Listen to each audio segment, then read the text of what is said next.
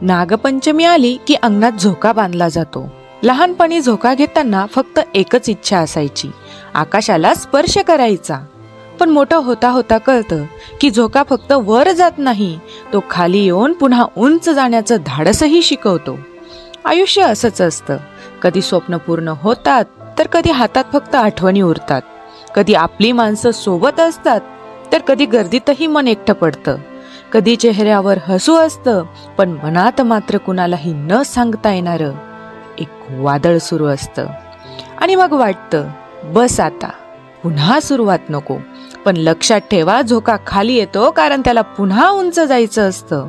म्हणून आज नागपंचमीच्या या झोक्यावर फक्त शरीराला झोका देऊ नका, मनालाही एक झोका द्या. जुन्या दुःखांपासून मुक्त होण्याचा, भीतीला मागे सोडण्याचा आणि स्वतःवर पुन्हा विश्वास ठेवण्याचा.